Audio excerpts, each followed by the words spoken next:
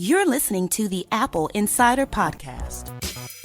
Welcome to the Apple Insider Podcast. I'm Victor, and joining me is my best friend in the world, William.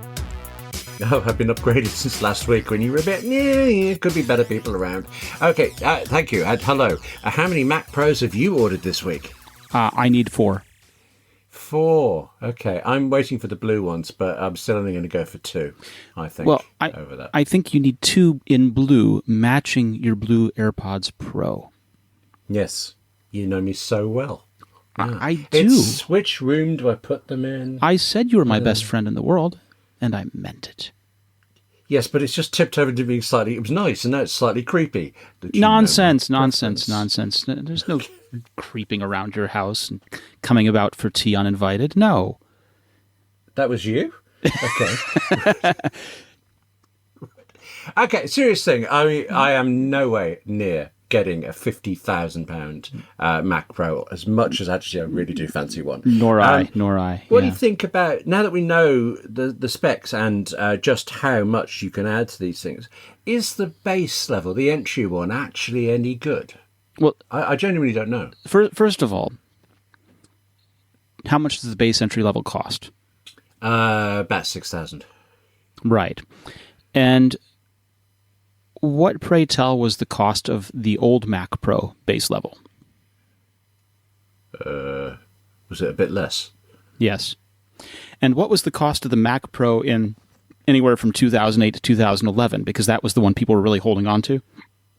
You know, seriously, I should prepare for these things. Or you could just tip me off. You're going to ask me these historical, financial questions. I actually bought a Mac Pro around 2006 or 2007, can't remember which. But I truly can't remember how much I paid. Somewhere around 2000, I think. Okay. I'm guessing. All right. So the new one's more expensive. A quad-core 2.0 Mac Pro in 2006 with 4 cores, dual processor. From 2006 to 2008, this machine ran. Cost a whopping $2,199. Okay. Quad core, though. God. Yeah, I know. So a good one, right? And let's go 28. To how did we cope? Let's say 2011, because people were keeping them from 2011, right? 2012. It was my primary machine from 6 to 12. Yeah, and still running somewhere. Okay, so a 2012 model, quad-core 3.2 gigahertz Nehalem processor. That was $2,499. Okay. So the Mac Pro used to live in this $2,199, $2,500 price range. That was the quad-core model. If I went to like a 6-core model or a 12-core model, presumably more. But and then let's talk about the 2013 models, because that was the trash can, wasn't it? It was. Yes, it was. Okay, yes. So a trash can model was more, as you say, 6,500 to 7,000. But I actually didn't remember that. I guessed it was more, but I didn't know. I like the old trash can thing, but there you go. That was a 12-core model. If I go back to the quad-core model, because that would be the base, the base model back then was $3,000, $2,999. So base models were pretty much in that 21 to 24 to 3,000 price range. Yeah. And Power Macs before them were in the $1,499 to $1,699 range, more or less. But does more expensive mean better, or just Apple is greedier or something? I don't know. Well, I mean, we can say that clearly these things are better. Right? They have 28 cores instead of 6 maximum quad, right? 6 even. Or quad, yeah. Okay. Yeah. So, and it appears that the number of cores are doubling every few years. True, and as I write in Drafts 5 for Mac, I can really feel the difference. I was waiting for you to sneak that in. I was waiting for you to talk about how lovely Drafts 5 is. But new update, yes, okay. Yeah. I saw that comment in editorial in our Slack the other day where I want to talk about Drafts 5. No, we're talking Mac Pro. Frankly, which is exactly what we're doing here. Wonderful. Yeah. So, but I got to be fair to everybody on Apple Insider Slack. There, I was bubbling about this. And You it's were like a effervescent, pixel. let's be clear. Yeah. The Mac Pro is a second away from coming out, and I am blathering on about this gorgeous piece of software. Though, frankly, it is gorgeous. And if you don't stop me now, I'm going to blather as well. And everyone's saying, Draft 5 shush, for William, Mac. shush, William, not today, not today. Just because they have a point. But yes, okay, so But this is your original point, was, are you getting one of these things when they cost at max $50,000? And this is a valid question. When the pricing has risen as much as it has, who's this machine for? And Apple had said that they thought that their primary customer for this was developers a couple of years ago when they said we're not giving up on the Mac Pro. And it occurs to me that for many indie developers, this is priced out of range. Mind you, can you just think how fast Xcode would compile on one of these things? Well, and this is the danger. No, but that's the danger. There. That's the dangerous thing, because Xcode has to work and work well on a range of hardware, right? It has to work well on MacBook Pros. It has to work well on the machines that developers have and can afford. And if Apple were to develop Xcode primarily to run well on this thing, that would put a lot of developers in a pinch, wouldn't it? Yeah, sure, but that isn't what Apple's done. It's just a nice bonus. It's like I actually think the primary audience for this is going to be people who are chundering around lots of data, like video editors. Did you watch iJustine's video about the new? I mean, really entertaining stuff. But at one point, she actually gets a low disk space warning on a Mac Pro with a 4 terabyte drive, because she's using so much video footage and stuff. And I laughed. Actually, I get that on my little Mac Mini, and there she was getting it on I imagine, around £50,000 worth of gear. The same problems keep coming back, but they do. I worry about that problem, even though you tell us that Apple's not doing that, because we've seen it happen in the past. We've seen applications and websites designed for people who have dual 30-inch screens. And the reality is that most of us do not have 30-inch dual monitors going on. We've seen with phones where people design for only the newest, fastest phone and build only to the newest, fastest phone. And that's not what the vast majority of us have. And it's important to keep that in view when designing, building, and testing, that you have to aim where your audience is, not just what's available on your desk, because you can build a company for it.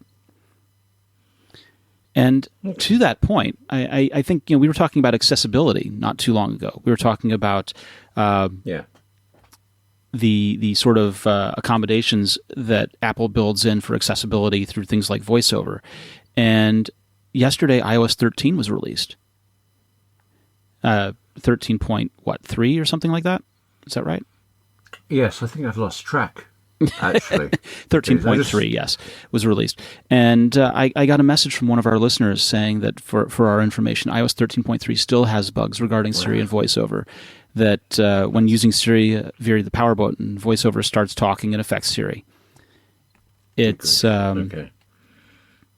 there's still some difficulty there. And it's a very real concern that these things are getting more stable, but they're never going to be bug-free. But when it's a bug like that directly impacts how a person interacts with the phone, this is a real problem.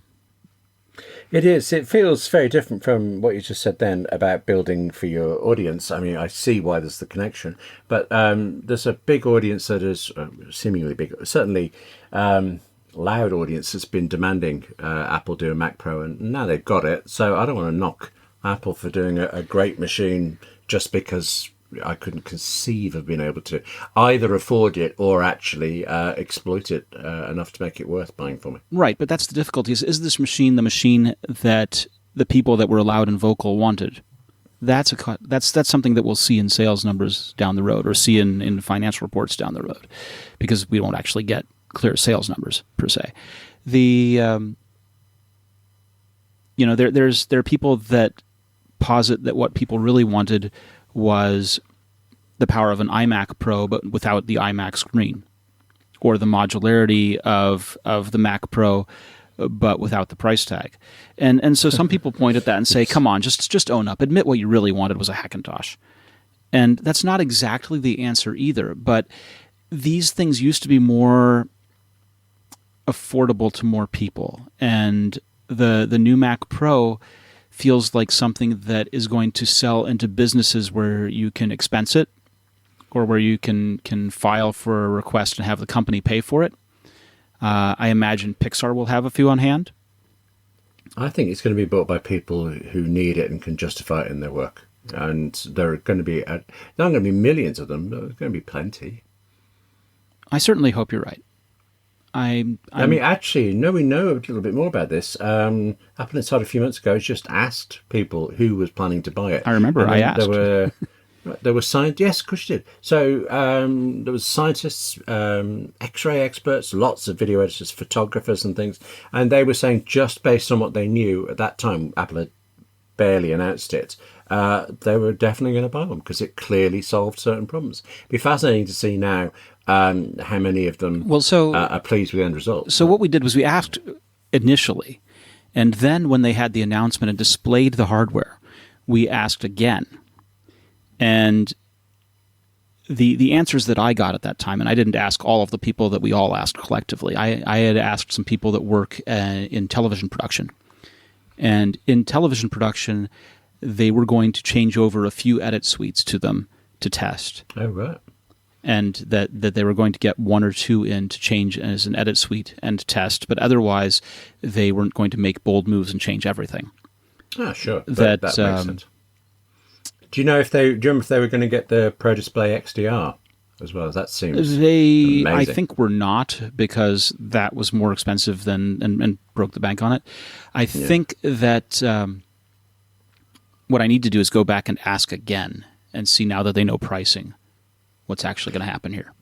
Be curious to know as well whether they're Final Cut Pro 10 studios, or because that seems to be optimized for Apple, unsurprisingly. It does, but a lot of Final Cut Pro customers moved to Adobe Premiere when Final Cut Pro 10 transitioned.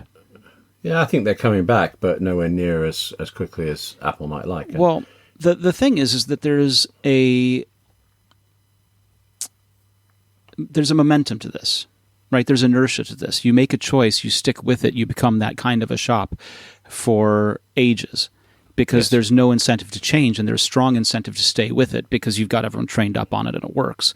And that's your workflow. Your job is not to fiddle with the tools. Your job is to produce, right? Sure. And so once you pin down the workflow, you don't change it unless there's some reason. And with the difficulty is that with Final Cut Pro 10, there was a reason, because it wasn't feature complete, and it changed everyone's workflow for reasons that weren't entirely clear to the user.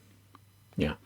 And Apple stopped allowing you to buy the old version. That too. So you had no handover period. Right. Yeah. And Adobe similarly is creating difficulty for themselves with Premiere by forcing changes down. You know, the Creative Cloud says that every application can be updated and will be updated, and that's that. But it breaks things that worked formerly, and there's no way to revert to the earlier version. I'm wondering, actually, whether that's changed. I mean, during this year, I can't remember when. That's what I hear from the same person that I talked to at the TV production, was that they were disillusioned with Adobe because Adobe would not allow them to run prior versions and broke things without telling them. As we know, Adobe won't say what's going on there, and it sounds like it's a legal case, we think, with Dolby. And the initial announcement was that you would only be able to install the current version of Creative Cloud, the one before, and possibly the one before that. And clearly, something has changed in that version. So I'm hopeful. And that was only one of the times that they've done this. Just the two generations. It's going to be from now on, all the way back to that version that was 2 versions ago. Before. I'm getting confused. But there are other problems. Yeah. It's not just that Dolby legal case. It's other issues that have cropped up with this that cause them to question whether or not Adobe's their partner for the future. I will tell you, I utterly adore and relish and love Final Cut Pro 10 for editing. But Adobe Illustrator, Adobe Photoshop, these are amazing products. I've given up on them entirely and moved to Affinity. Yeah, for most day-to-day work, I have one client with an account at Adobe and things, and I'll use InDesign with them, and I really like InDesign. And actually, I like it so much that stopped me getting into Affinity Publisher as much as I might on my own. But yeah, there are very good alternatives. Yeah, I was an InDesign devotee from the very beginning when it first launched, and I've gone off it now. Traitor. Not at all. Betraying them. I am fickle. So there. Actually, that client's using a different editor for the next issue of the magazine. Maybe the one after. I expect I'll be back for it. I don't know. I might see if we can do it in Infinity and see what happens. Yeah. Just to give me the chance to learn it, really. Now, this Mac Pro, we know it has that distinctive lattice sort of design on the front face of it, right? Yeah. Very nice. What's that for? Well, this is kind of circular here because I think I'm going to make my own argument here. It is not just for aesthetics, is it? It is not. I know this because I wrote about this. I think it does look very good, but there are reasons, aren't there? There are. And they're primarily around airflow. That giant cheese grater thing is largely open. We need a better word than cheese grater because it's like a three-dimensional cheese grating lattice apparatus rather than just It is, and there was a fellow who surface. 3D printed one and found that it was not at all good for grating cheese. Okay, I didn't know that. It's been tested. And I don't have time to play with Publisher. Okay, right. So I'm not managing my time well. That's what I get from that. Yes. Okay. But basically the problem was that previous solutions for dissipating heat didn't work, and just putting the metal screen on from the old generation Mac Pro might have worked, but also would still not look as good and may have created more turbulence coming through the very small openings as opposed to the larger openings here. That this allows it to get about 20% more airflow than previous models. Incredible, isn't it? That is the shape of the holes. AppleInsider's covered this, but it was actually an interview Apple gave to Popular Mechanics, where they went into lots of details, naturally, of the mechanics of this, and lots of it I didn't understand, but I was utterly agog at certain bits like to do, particularly with the cooling of the display. The fact that the display can be portrait or landscape affected how the ventilation worked. Oh, absolutely. And hemispherical holes nailed it for them in either orientation. They kind of casually heat throw rises this in. and heat gets trapped, and if you don't have a way for it to let out, if you don't have a way for fresh air to inlet in both orientations, then yeah, absolutely. Just you'd think a hole was a hole, and there are plenty of them, but no. I love this kind of attention to detail that's necessary to make things happen, and they did it. Engineering is a marvel. It is. And whoever's doing it, I think it's just incredible. So, it is. And speaking of engineering marvels, is your Wi-Fi feeling old? Yes. Does it buffer while streaming? Yes. Do connecting new devices tend to slow it down? Yes. Can it handle gaming, video cards, large video file transfers all at once? Yeah, actually, I wouldn't know about that. I'm not a gamer, but let's go with... Do you transfer large files? That's fine. Video files, yes, from time to time. I call them tea breaks. That's what I call them. Right. It's not a good sign. It doesn't matter how fast your internet connection is if your Wi-Fi router is old and outdated. With Orbi Wi-Fi 6 from Netgear, your Wi-Fi will feel new again. So Wi-Fi 6 is the latest tech that allows more devices to connect and stream simultaneously without impacting speed or reliability, and the result delivers the fastest Wi-Fi for all of your devices anywhere in your home. Stream in HD, 4K, or even 8K without buffering, eliminate lag while gaming, and connect more devices to your Wi-Fi than ever before. Orbi Wi-Fi 6 is like upgrading your Wi-Fi to first class. If you're ready for the best Wi-Fi ever, you can get it today from Netgear and never worry about Wi-Fi again. So check out Netgear's best Wi-Fi ever, Orbi Wi-Fi 6, at your local Best Buy or at netgear.com/best Wi-Fi. That's netgear.com/best Wi-Fi.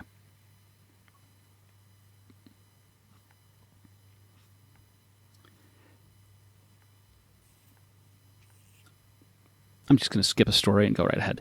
So Tim Cook gave an interview on Tuesday. Oh, yes. And he covered a lot of different topics. He talked about Apple's reliance on Chinese labor. He talked about antitrust probes in the US and Europe. He talked about the importance of user privacy. These are things that he's pretty much known. He's spoken on these things before, frankly, banging on about, and usually to good effect. What has he actually said this time? Well, he's talked about how the iPhone and Apple products are worldwide products, right? The glass on the phone is made by Corning in Kentucky. Several of the semiconductors are made in the United States. That the reliance on China is part of a global effort, right? It's not just the final assembly of the product. The product is built everywhere. He said the way that we do manufacturing is we look at all the countries and look to see what skills are resonant in each country, and we pick the best. So while he was in Japan, he visited Seiko Advance, who is an ink supplier whose products are used in iPhone and other devices. They developed an ink and an application process to create the high-quality space gray, silver, midnight green, and gold hues of iPhone 11 Pro, for example. Oh, they did the midnight green. I quite like the midnight. I kind of fancy the midnight green one. Yep, that's Seiko Advance. They're the reason we're able to put this color on the phone, he said. We've worked with them for years. We've grown together. Both parties enjoy working together, and we push each other to innovate more. Okay, I don't want to be sarcastic about this, but I'm just wondering how much innovation can you have in colour? You get the Pantone registry, but I suppose it's different materials, aren't there? How you bond it. First of all, you want the color to maintain its finish. You want it to be a uniform color. And you want it to apply well and stick. You want it to not rub off. You want it to not scratch through. You have a lot of things that go into a colorant to make it durable enough to be this product. You know, one of the problems that Cook talked about is antitrust, where the U.S. and European investigations are looking at Apple's business. And the point is to make sure that Apple doesn't monopolize any one industry category. So Apple says that they're not monopolizing any one category, and they're not even the same business as fellow tech companies like Facebook and Google, which are also targets of the probe. Apple's being scrutinized for the tight control of the App Store and the what we call Sherlocking of third-party apps and features. Now, you and I know what Sherlocking means as a term, but yes. I'm going to explain for the people in the room who may not know. So years and years and years ago, around 2001, Apple had an application inside Mac OS 9 called Sherlock. And Sherlock was an application for searching the web. And you could search for images, you could search for things on the internet, you could use it to index things. It was sort of a Spotlight before Spotlight, and it didn't really do whole disk search. It was more focused on the internet. There was a third-party product called Watson. And Watson did all kinds of fancy things, had lots of plugins, searched your whole hard drive, searched local movie timetables so you could see what was playing at theaters and when. It was a lot more powerful. And Apple updated Sherlock to include every feature that Watson had in it, thus eliminating Watson's ability to sell their product. And this was called being Sherlocked. That's funny, actually. When you describe it in that sequence, it doesn't seem unreasonable that Apple would add those features.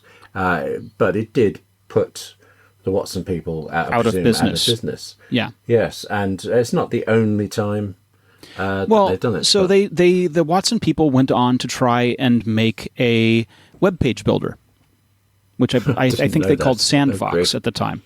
And shortly thereafter, Apple introduced iLife, which had an application called iWeb. Okay, I'm sorry. I shouldn't laugh at that poor company, but you see them think, oh, man, you know.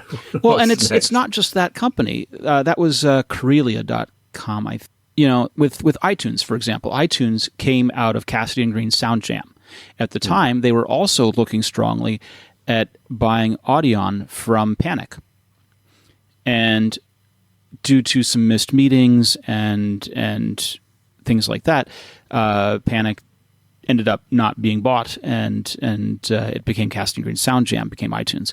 And in the last meeting that Panic had, and this was Cable Sasser and I'm blanking on the other fellow's name. This is terrible. Anyway, they were meeting with Phil Schiller and after the iTunes announcement, and basically Apple was acting as if this would kill Audion, which it did. And they said, "What else are you guys going to work on?" And they said, "Well, we're thinking about doing a photo manager for all the photos that you have in your shoebox and the photos that you take on your digital camera." And Schiller just looked at them and said, "Yeah, don't do that." Okay, that's Phil Schiller because tipping them off. iPhoto. Yes, exactly. Yeah. And so this happens a lot where there are products that become completely irrelevant because Apple decides to make the thing themselves. Let's just have a quick nod there, though. That was Phil Schiller being a good guy. He didn't have to say that to them. So it wasn't that they were just looking to see what they do next and copy it. It was at least, Yeah. Breaking the corporate veil of secrecy to help somebody out. So, right. Good on him. Yes. Bad on Apple for how many times they've done this, but good on him for that one. So. Well, there's a mix, right? There are features that Apple says do belong in the operating system. And so they go ahead and figure out how to put them in. And if they sidestepped around every small developer who ever created a thing, then there would be nothing left to do, and they have a lot more difficulty building something that's valuable. Yes, completely. I feel sorry for these companies, but a lot of the time, particularly that one actually with Sherlock and Watson, I understand it going inside the operating system. That seems like it where it should be. It's like they just hadn't got to it yet, rather than that they were inspired by. Or even if they take inspiration by. There's some things that make sense. For example, password managers existed before Apple used the keychain to store passwords for everything. True. And it especially existed before Apple decided to store passwords in Keychain and do Keychain sync in the iCloud and make it so it could populate passwords on your iPhone. Yes. And if you used Safari on Mac and iPhone, then you don't necessarily need a password manager because for the most part, Keychain and Keychain sync in iCloud will take care of all of that for you. We should really look into this sometime in detail of where the market is for password managers, because I still rely on 1Password many, many times a day, even though I'm on a Mac with Safari that does some of it. So, yeah, there's a blurred line. I have moved away from 1Password entirely. Yeah, I love 1Password. I've been using one called NPass, ENPASS, and I've been doing that because it'll be interesting to see what happens here. So 1Password just took investment, which means that they now need to work about trying to make a return on that investment. They've moved strongly to the subscription model and hosting the vaults as opposed to their past where it was a one-time fee and you hosted your vault in your own cloud or even on your local hard drive. And you still can do those things in terms of hosting it in cloud or on your own hard drive. But they're very much all in on subscription model and trying to discourage the one-time purchase. Except I should point out they have been very clear on the record about that new investment, that new capital they've had, that it is explicitly for developing business versions of this. They're hiring developers to do stuff that corporate features, right, which may then trickle down to us, but it's not. Or it may shift their focus away from the consumer market entirely and focus on where they're being making money in corporate. Yeah, they argue it remains to be seen.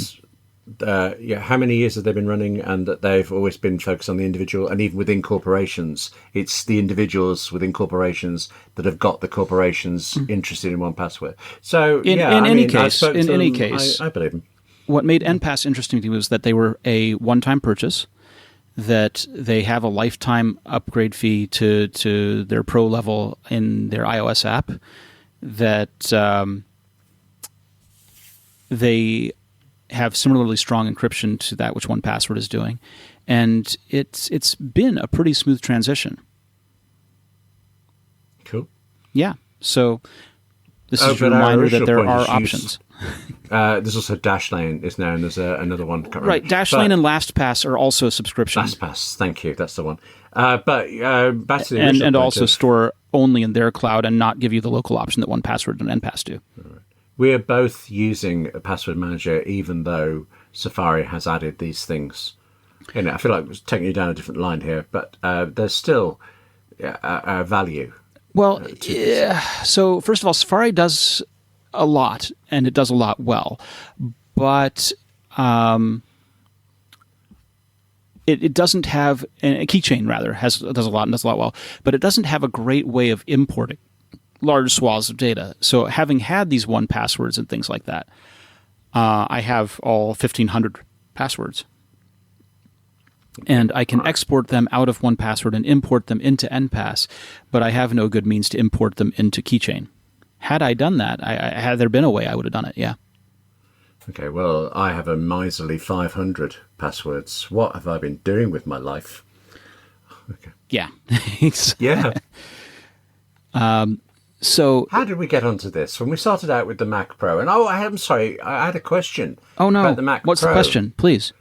I don't understand what an afterburner actually is. All right. I know it's graphics, and I believe Apple's developed this. I don't know if it's only theirs or if this is a term that's used. Sort me out, if you don't mind. I mean, just fill me in. This is their term. It is not a industry term. Okay. And what it is a coprocessor, basically. And what it's doing is, so in years past, right? Long ago, we had CPUs and we had math coprocessors that would plug in and be an additional thing to your CPU that would work in concert with it and basically take some of the offloaded tasks and compute them and then hand them back to the CPU. With Afterburner, this is an accelerator card specifically for handling video content that's encoded using Apple's ProRes and ProRes RAW codecs. So if you're working with ProRes RAW and ProRes codecs, then the Mac Pro can simultaneously play back 3 streams of 8K video or up to 12 streams of 4K video and do it in real time. Now, the GPU, like the AMD Radeon and Pro Vega hardware, give it a lot of graphics oomph, but those cards are general purpose graphics cards. The Afterburner card is what's called a FPGA, or Field Programmable Gate Array, and it's programmed specifically for handling ProRes and ProRes RAW. So if your workflow uses those, you want to have this card. Now, the way that Film and Video Editor works is like this, right? You have your workflow to get things done, but rather than manipulate the original highest quality video source material, which is really taxing on your computer, you use a proxy file that's a lot lower resolution and a lot lighter weight. Oh, right. Yes, I've done that. And so you make all of your edits on this fast-loading, low-res footage, and then that edit decision list is applied to the high-res footage. Okay. And then it relinks those for a final render. And this can be a lot of trouble. There can be a lot of incompatibility with encoders. You can get errors introduced. There's a long re-edit and re-rendering session. There's room for error. So if you have this Afterburner card, then you don't need to do that kind of proxy edit and edit decision list thing. You just work on the raw footage because it's doing it fast enough. That's great. Oh, I'll have one of those then. Yeah. Yeah. It's an extra $2,000. Okay. And one per each of the 2 Mac Pros I'm getting for the living room. Yes. Okay. Yeah. It does add up. Yeah. That actually seems really significant given I'm still sure that video editors are going to be a major market for this. I can't imagine any of them not wanting that. Now you've said it. So, I know. I really, really want to see the Pro Display XDR in real life. What I want to know about the Pro Display XDR is what is its compatibility with non-Mac Pros? Oh, good point. Could I get one for my Mac Mini? Could you get one for a PC? It's a Thunderbolt connection, isn't it? I presume. I don't know. There are questions. I would like to see those questions answered. I've actually just changed my mind. If I do see one in the flesh and it's as good as we believe it is, I'm going to come back to my rubbish, chosen for its price monitor on the Mac Mini. Yeah. Well, when you do, pick me up a stand or two, will you? Okay. All right. Fair enough. Yeah. Not the display, just the stand. Yeah. Of course, obviously. Now, we were speaking a moment ago about the antitrust regulation investigations forming that Cook was responding to.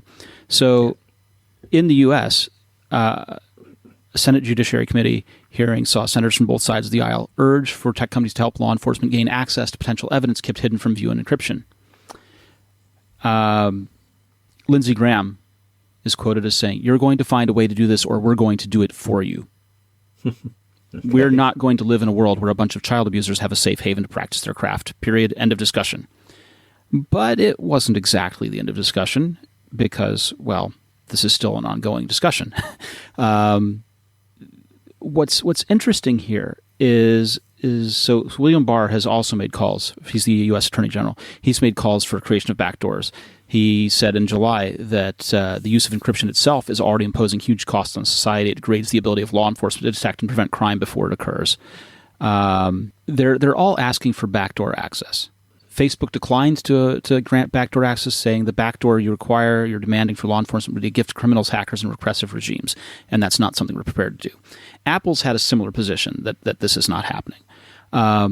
One of the senator's quotes that I read yesterday was, and I'm going to paraphrase it, but it was something to the effect of, we need the ability to go anywhere and investigate anything where there's the possibility of crime. And it occurs to me that no, you wouldn't just allow police to come into your house without some kind of court order, right? You wouldn't allow a search to take place without a warrant. So why would we allow people to go into our phones and break down encryption that keeps us safe? Sorry, I'm just imagining police coming to my door. I think I'd go, and let them in. But, well, yes. So in the United States, we have a history of... guns. You got police with guns. We don't have that We here. do. We have police with guns, but we have a history of the police are not able to come in and search without having a warrant signed by a judge. And if they don't have that, then anything that they find in the search is not admissible. Okay. That's the way it's supposed to work over here. Right. I hear you on the word supposed, but... Okay, so what happens next? The senators or whoever it is sort it out and fix everything for everybody and everybody's happy or what? Well, we've had this call several times in the past, and so the question is, will these repeated calls eventually wear people down and break it through, and will they'll be granted backdoor access, or are these just more calls that are going to go nowhere, and we'll hear more of these calls in the future? I think it's one in the middle. We get more of these calls because they sound great when you're the politician making them and don't actually have to do anything. You sound like you're standing up for the goodness and right, and anyway you are. But it's grandstanding rather than actually trying to solve a problem. Yes. Okay. That was a bit brutal of me, but it's what I've seen here. It sounds the same there, so... Okay. Brutal, William. Yes. Brutal. Harsh, but I think fair. Well, as long as you see it as fair. There you go. There you go. Mack Weldon. Mack Weldon is a premium men's essential brand that believes in smart design and premium fabrics. And it's better than whatever it is you're wearing right now. I'm sorry to say, because I like to think as you, our listener, one of 25,000 of the most handsome, well-dressed, best coiffed men out there, and women. I am very, very impressed with all of our listeners. I really am. But you've seen me, so you know. Mack Weldon is 1,000 times better than whatever it is you're wearing right now, William. That's for sure. Well. And the difference is really in the details, right? They obsess over every stitch and seam. They design a product meticulously. They started from scratch and engineered their own fabric, for heaven's sakes. Grief. That's amazing. Okay. And they believe in a smart and simple shopping experience. It's really easy. It's super easy to check out there. You just pick out what sort of clothing you want, and they make everything now. They've got everything from comfortable sweatpants to proper button-down shirts, Oxford shirts. It's really well done. And it'll be the most comfortable clothing that you ever will wear. And some of their clothing's even naturally antimicrobial. So they want you to be comfortable. And if you don't like your first order, you can keep it and they'll refund you. No questions asked. They do that for their underwear. Yeah, if you don't like your first pair of underwear, you keep it, they refund you, no questions asked. And not only does their clothing look good, they perform well too. This is good for working out, going to work, going out on dates, or just everyday life. And I've gone ahead and I've replaced all of my T-shirts with their stuff. I'm just so happy with it. I wear it every day. Cool. And if you'd like to be among the best dressed of our listeners, and certainly better dressed than William, for 20% off your first order, visit MacWeldon.com and enter the promo code AppleInsider. I've got to say I'm a bit wounded by all of that, but... Well, you were just the one being brutal. That's true. I also can't actually deny the facts of the matter here, but it still wounds, you know. William, I genuinely care for you. I do, and I'm sorry that it hurts. Okay. Thank you. Okay, right. I am. You know, we've talked about you buying new iPhones. Yes, you've talked me into buying new iPhones as well. Small difference, but very significant. Yes. But you can't get the Apple Card yet, can you? No. And you should be grateful. Really? Because the Apple Card gives 6% off a new Mac Pro. If you had the Apple Card, it would be that much easier to push you to purchase something. Okay. Because of the 6% offer, right? That's one enticement that you'd be able to take advantage of. Another enticement that you'd be able to take advantage of is that Apple's launched the Apple Card monthly installments program. Oh no, I totally missed this. I don't know what this one is at all. Well, let me fill you in. What if I told you that you could purchase an iPhone on an interest-free payment plan and get 6% back in cash? I'd say, where were you about a month and a half ago? I know.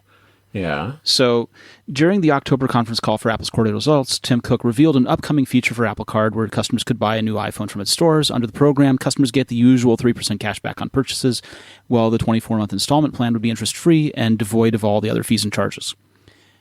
Well, we heard about that in October. It popped up and it's gone live. There's a web page set up for the program. The information's in the Wallet app.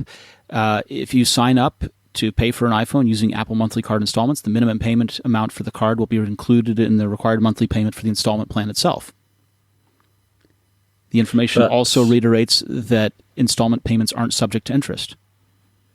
So we're 2 months into this. I'm looking at my Apple Card balance. A certain amount of it is a phone payment and won't have any fees on it, and the rest is. Is it very clear what you're paying when? I'm confused now by my own question. They wrap it into your monthly payment, your monthly balance that's due, right? The minimum payment amount. You know the best way to deal with any credit card is to pay it off in full. In this case, there's going to be a certain proportion that you don't have to pay off. It'll presumably have the total amount of the phone going down steadily over the period. Right. Or will it just have the monthly version? It's we need to try it out. That's monthly, what we need yeah. to do. Oh, and is it, do you know if it's only iPhones? It so far says iPhone. Okay, that's probably a good thing. And the word was that during this holiday season that iPhones would also be 6% cash back. So there you go. Right, so if I bought a $53,000 Mac Pro and paid it over 24 months, that's merely $2,200 a month for it. It is 2208, yeah. Got to say, it doesn't really make it any not more affordable. Not counting interest and anything else, because the Mac Pro is not interest-free. But you would have that 6% cash back. Yay. Michael Worthley pointed out that the 6% back on a fully spec'd out Mac Pro would get you a really good 16-inch MacBook Pro specification as well. So you can just pro That's up. That's not bad. You can just keep handing over your money to Apple, as we do, right? Whereas what I was thinking was that if you take off the 6%, then it brings the maximum cost of a Mac Pro to just under 50, which means you can buy two of them for just under 100,000. And when you start saying that, it almost becomes reasonable, doesn't it? No, I mean, I'm not. No, it really doesn't, but there you go. Speaking of all this, you know what feels great, right? Paying off high-interest credit cards, getting a lower rate, and saving money. Yes, been there. You would agree with that? Really like that. Totally, yes. Well, our sponsors at Lightstream would like you to know that you can refinance your credit card balances and save with a credit card consolidation loan from Lightstream. And you can get a rate as low as 5.95% APR with AutoPay, which is much lower than the average credit card interest rate of over 20% APR. First of all, it's kind of staggering that 20% is the average. Yes, I was just trying to process that. That's quite a lot, yeah. You can get a loan from $5,000 to $100,000 with no fees, no application fees, no origination fees, no transaction fees, no prepayment penalties, and the online application is quick and easy. You can apply right from your phone. Plus, you can even get your money as soon as the day you apply. So Lightstream believes that when you have good credit, you deserve a low rate and great service, and that's exactly what they deliver. So just for you, my listeners, my favorite people, apply now to get an additional interest rate discount. The only way to get this discount is to go to lightstream.com/AppleInsider. That's lightstream.com/AppleInsider for an additional discount. lightstream.com/AppleInsider. Subject to credit approval. Rate includes 0.50% autopay discount. Terms and conditions apply, and offers are subject to change without notice. Visit lightstream.com/AppleInsider for more information.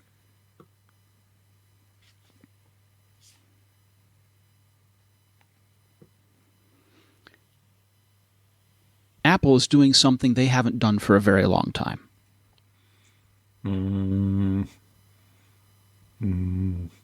Nope, can't think of anything.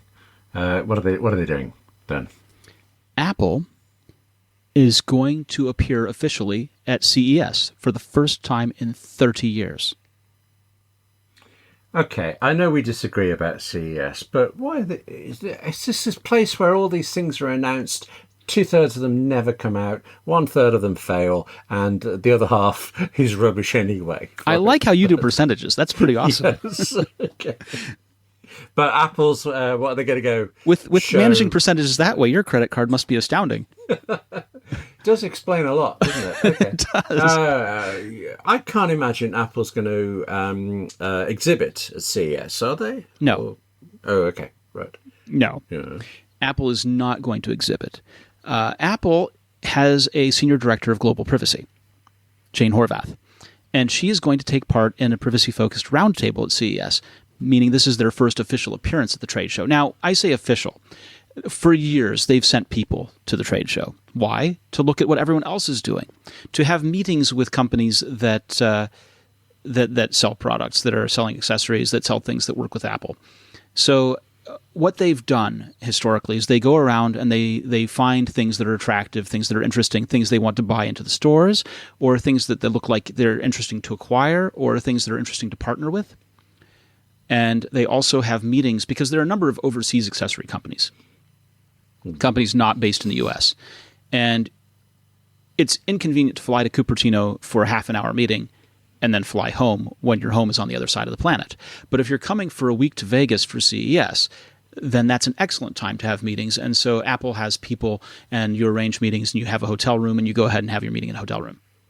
Oh, fair enough. Okay. Sounds slightly covert to me, when they could just Skype each other, or forgive me, FaceTime They each do other. this at all kinds of shows. For years, they also used to go to New York Toy Fair.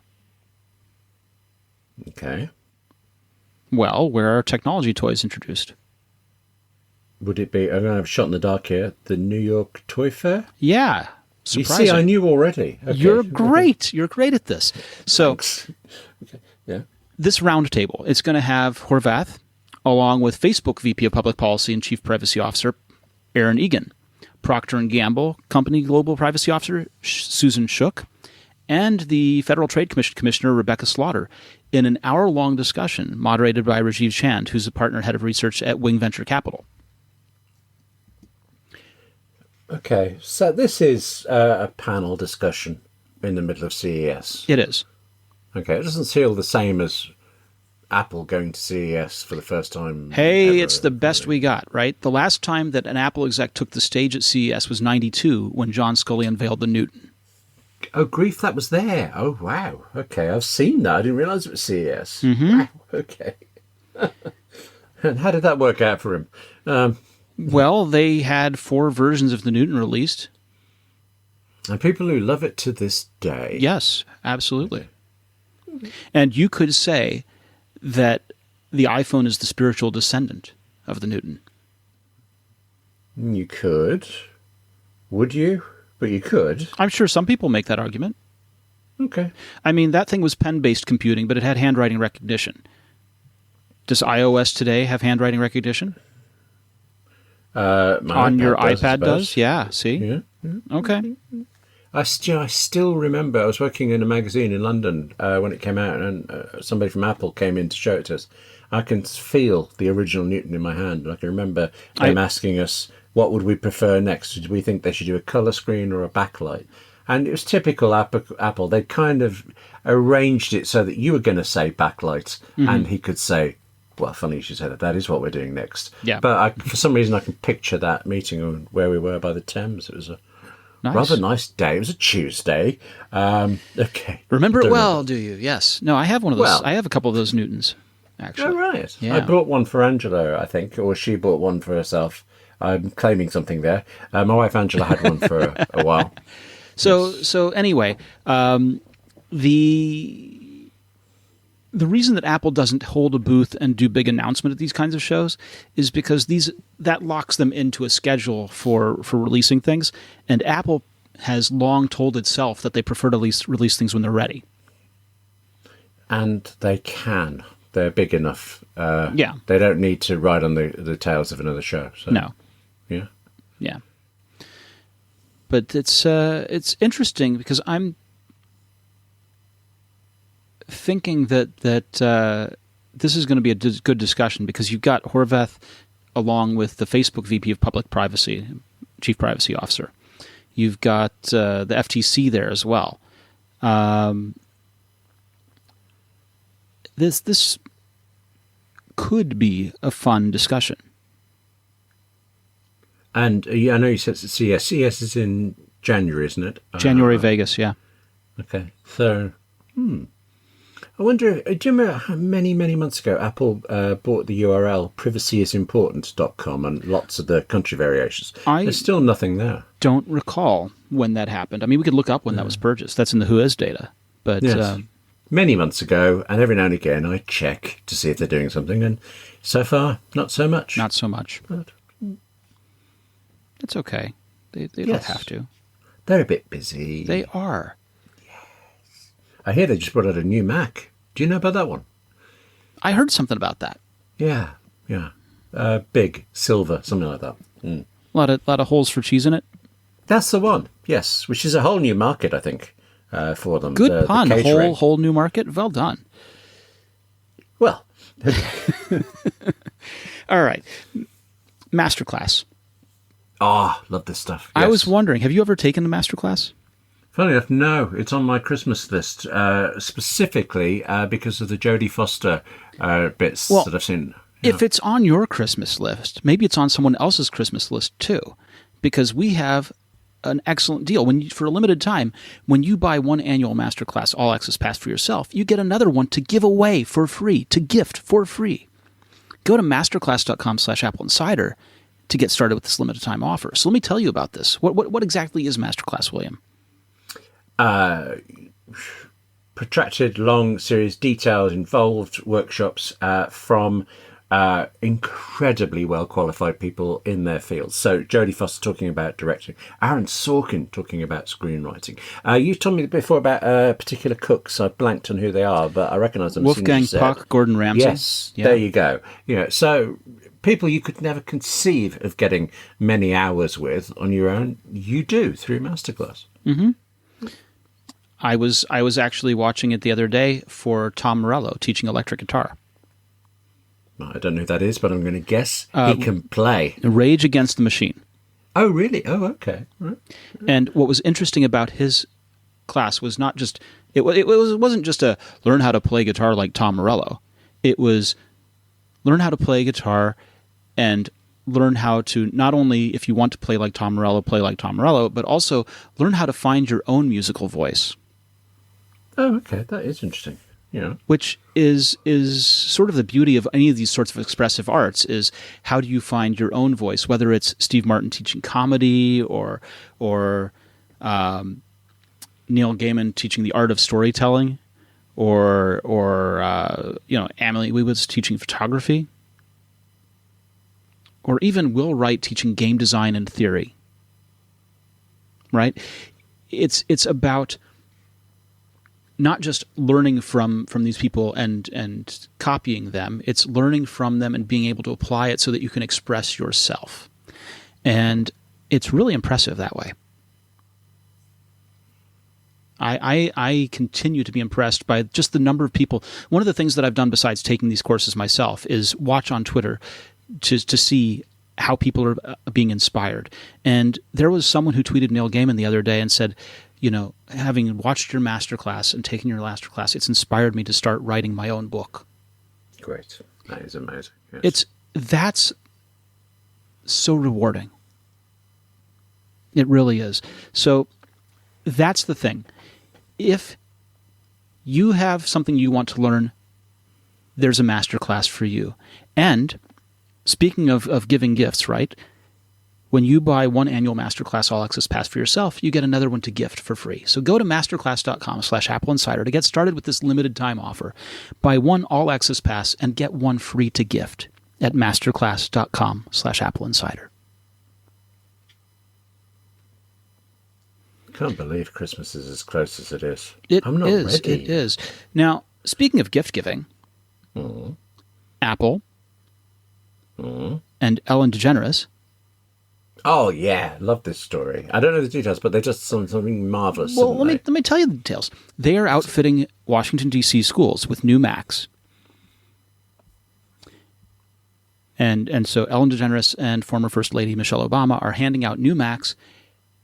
And along with the new Macs to the schools, every student gets an iPad.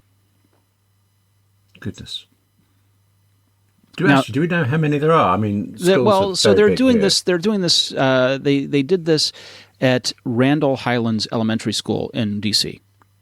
And this is part of DeGeneres' annual Ellen's Greatest Night of giveaways. She does this every year. She gives out stuff. So Apple's contribution included communal iMac desktops and iPads with Logitech crayons, and MacBooks for teachers, and an iPad for every current student. That's great. I didn't know she did that. Yeah. Great on her. Great on them. Mm-hmm. Yeah. And so Mrs. Obama visited Randall on Tuesday, where Principal Christy Edwards offered a campus tour and detailed the school's needs. Located in what's considered one of the roughest neighborhoods of D.C., 65% of the student body are either in foster care or homeless, and all students in attendance are considered economically disadvantaged. Now, the grounds are clean and classrooms are kept well and everything's nice, but they're unable to equip students with the latest in learning technology. Yeah. That's really quite moving. Actually, I'm impressed with that. It's a shame that any school needs it, of course, but that they've got together and done this. Yes, great. And one of the neat parts of this presentation. So Michelle Obama announced one more thing, which are words we've heard before, right? This one is for the students. We want to make sure all of you can learn and explore on your own too. So we're giving the school enough iPads for every single one of you. And youngsters dressed as elves carted in wagons full of brand new iPads and handed them out to outreached arms and smiling faces. So that's pretty impressive. Yeah, I'm really touched by that. That's tremendous. And I'm getting quite soppy over here. Well, yes. while you're dabbing at your eyes because something appears to be leaking, Cook said, "Every child deserves the opportunity to create something that can change the world." Proud to join Michelle Obama and the Ellen Show in empowering our next generation. So that's a nice story. I like heartwarming stories. I like them. I do. Yes. You don't get very many of them. Not enough. That's good. Okay. Not nearly enough. Anyway, yeah. Did you see the match? Yes. Anyway. Your favorite show. Yes. Your favorite show, the Apple TV Plus drama series about an early morning TV news show. Goodness, I thought you meant Veronica Mars for a minute. Okay. I know. Yes. I got you. Yes, I know. Your second favorite show has been nominated for Best Television Drama Series and has 2 nods for Best Actress. Yes. this is the first Apple TV Plus show to gain such award nominations. Yeah, and good on it. I do think it's deserved. I have problems with the show, but I've no objection to anything. I mean, objection like it matters what I think. But I actually think it's Jennifer Aniston and Reese Witherspoon who got the acting nods, and I think they are genuine exec producers on this as well. It's not just a name thing, but they actually are making it. So in a way, to acknowledge them for solely the acting side seems like it's leaving out all these other things, but acknowledge them for a thing. I think they're both doing very well. I have a problem with how Reese Witherspoon's character gets a soundtrack to help us, the dreams can come true stuff when her dreams are coming. Oh yes, it's pat the dog stuff, very obvious, but I think she is really strong, and so is Aniston. So yeah, great. I was surprised Dickinson didn't get a Golden Globe nod, because I think that's really good. But what can you do? In any case, this has been the first Apple TV Plus series to be nominated, and it's also the first time that Apple's been eligible for anything like this. They've got an Emmy in the past, both for Carpool Karaoke and a technical Emmy for Siri integration into Apple TV hardware, but this is the first time that they've been eligible for Golden Globes. Industry experts, William, had predicted Dickinson might be nominated as Best Comedy and Best Commentary Actress. That didn't happen, but you know what? Hang on. Just reading a tone here, that wasn't me as the industry experts. I hoped that it would get something, but I didn't. There are so many of Apple shows that were eligible for so many things that in some ways it's a surprise that only the morning show got a nod, but it's always the way with these things. So I was rooting for Dickinson, but I had no reason to believe it would or wouldn't. So. Well, this is just the beginning. This is year one, day one, right? This is the very first of this stuff. So we can only see that things get better. Screen Actors Guild nominations are next in January, and everything Apple TV has done so far, I think, is eligible for all of that. So it will continue. Very good. Yes. Well, I want to thank all of our finest listeners. Thank you so much for writing in. Thank you so much for your suggestions about how to improve the show. We love hearing from you. Please email me at victor@appleinsider.com or tweet me at vmarks. And William, where should people find you? Queuing outside an Apple store with my piggy bank, waiting for the Mac Pros to arrive here in England, or on W. Gallagher at Twitter and William@AppleInsider.com. Fantastic. Well, that's our show this week. That's Brutal William Gallagher and myself, and I'm so glad you've joined us for it. It's been my pleasure sitting here with you today. It doesn't matter how fast your internet connection is if your Wi-Fi router is old and outdated. With Orbi Wi-Fi 6 from Netgear, your Wi-Fi will feel new again. Wi-Fi 6 is the latest tech that allows more devices to connect and stream simultaneously without impacting speed or reliability. Check out Orbi Wi-Fi 6 at your local Best Buy or at netgear.com/bestwifi. That's netgear.com/bestwifi. William, I hope to see you back next week. I hope so too. That'd be great. Thanks for having me. And you don't think anything's going to happen in the next week? We've had the Mac Pro. It's all done, isn't it? No? You say that, but if anything does happen, we'll tell you about it here on the Apple Insider Podcast. Where else would you go? Where I else? Bet something does. Bye, everybody. Yeah. Perfect. I'm stopping recording. Same.